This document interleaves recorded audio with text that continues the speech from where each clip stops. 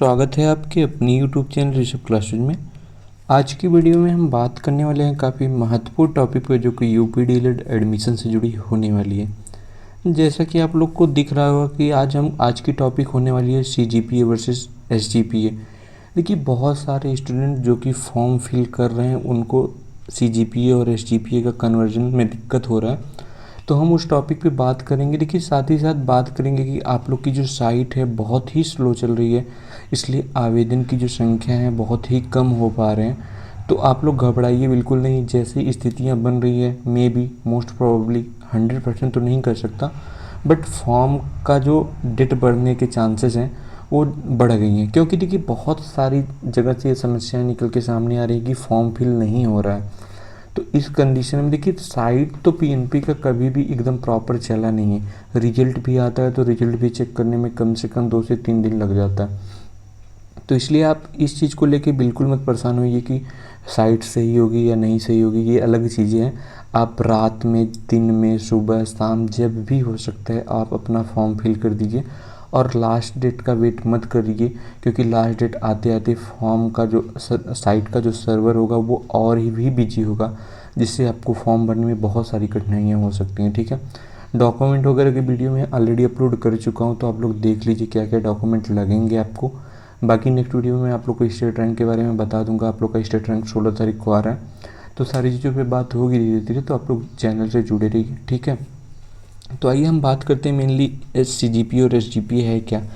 देखिए, सीजीपीए और एसजीपीए का ये टॉपिक काफ़ी सारे स्टूडेंट की डिमांड पे बनाया जा रहा है, तो आप लोग ध्यान से देखिएगा।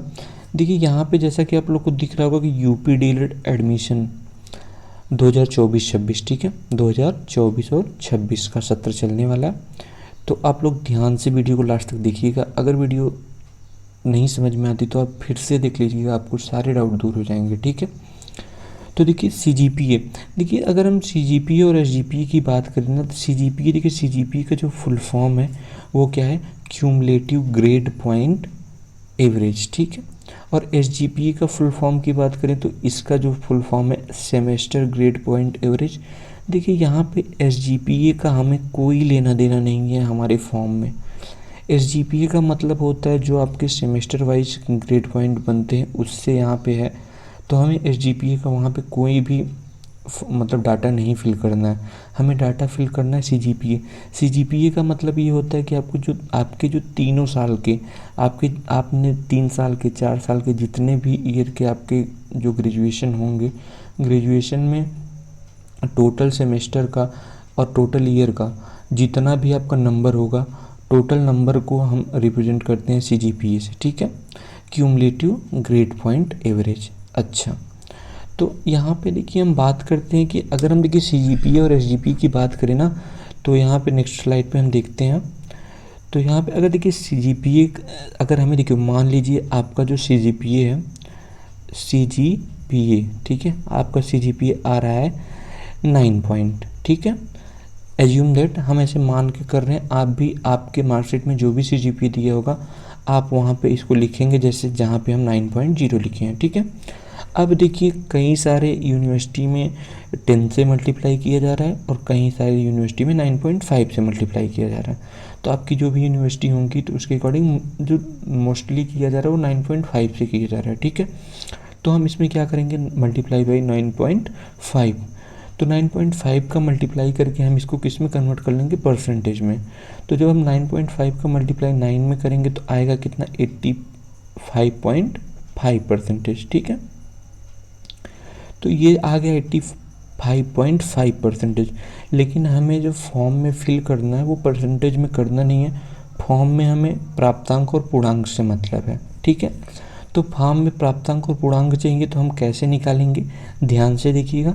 देखिए, अब हम मान लो कि अब इसके बाद हम क्या करेंगे कि आपके सीजीपीए जो भी आपके टोटल सेमेस्टर में, मान लीजिए आपके 6 सेमेस्टर हैं और 6 सेमेस्टर में प्रत्येक सेमेस्टर का जितना भी आपका पूर्णांक रहा हो, मान लीजिए एक सेमेस्टर का अगर आपका 600 पूर्णांक है तो आपका 6 सेमेस्टर का पूर्णांक कितना हो जाएगा, 6 का 3600। ठीक है, इस ढंग से।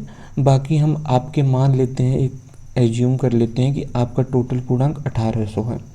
बाकी आप ऐसे ही निकालिएगा, जितना भी आपका टोटल पूर्णांक रहे तीनों साल का उसको ऐड कर लीजिएगा। मान लो कि हमने जो मतलब हम क्या किए कि एक पूर्णांक को ऐड किए और पूर्णांक ऐड करने पे कितना आया 1800, ठीक है 1800, और हमें जो मल्टीप्लाई करने पे कितना आया था 85.5। तो 1800 को हम किस में बदलेंगे अब, प्राप्तांक में। तो 1800 का जो 1800 गुणे 85.5%, और ये डिवाइड कितने से हो जाएगा 100 से, ठीक है। तो यहाँ पे क्या होगा, 0 से 0 0 से 0 कट जाएगा। तो 18 का मल्टीप्लाई जब हम 85.5 में करेंगे तो हमारा कितना आ जाएगा 1539। अब ये 1539 जो आया ना, ये आपका क्या हो गया प्राप्तांक, क्या हो गया प्राप्तांक, ठीक है। और हमारा जो पूर्णांक था वो कितना था 1800, मतलब 1800 क्या था वो पूर्णांक था, और 1539 क्या हो गया हमारा प्राप्तांक हो गया। तो आपको यही प्राप्तांक क्या करना होगा कि अपने फॉर्म में फिल करना होगा। होप्स तो आप लोग को मतलब चीज़ें समझ में आई होंगी। मैं एक बार फिर से बताता हूँ। देखिए आपके जितने भी नंबर होंगे, जितने भी ग्रेड होंगे, जो ग्रेड लिखा होगा 9.5 6.5 8.5 जो भी, तो जो भी आपका CGPA होगा उसको क्या करेंगे 9.5 से मल्टीप्लाई करेंगे। जब हम 9.5 से मल्टीप्लाई करेंगे तो हमें मान किस में मिलेगा, परसेंटेज में मिलेगा। जब मान हमें परसेंटेज में मिलेगा तो फिर हम परसेंटेज को नंबर में कन्वर्ट करने के लिए क्या करेंगे कि जितना भी हमारा पूर्णांक होगा, सारे सेमेस्टर का पूर्णांक, मतलब तीनों ईयर का जितना भी आपका पूर्णांक होगा, सारे पूर्णांक को जोड़ेंगे और उसको गुणा करेंगे किससे, जो भी हमारा ये आएगा CGPA, ठीक है। CGPA बटे 100 मल्टीप्लाई करके क्या निकाल लेंगे प्राप्तांक। प्राप्तांक ये आ गया और पूर्णांक हमने जो ऐड किया तो वो हमारा पूर्णांक हो जाएगा। तो प्राप्तांक को ही हमें क्या करना होता है, फिल करना होता है, पूर्णांक भी आपका पता चल गया। तो इस ढंग से आप क्या कर सकते हैं, अपने फॉर्म में CGPA और PGPA का जो CGPA और SGPA का जो कॉन्सेप्ट है उसको क्लियर कर सकते हैं। अगर आपको फिर भी कोई डाउट्स होता है तो आप कमेंट बॉक्स में पूछ सकते हैं। बाकी मिलते हैं नेक्स्ट वीडियो में, तब तक के लिए tata bye bye, take care, thanks for watching.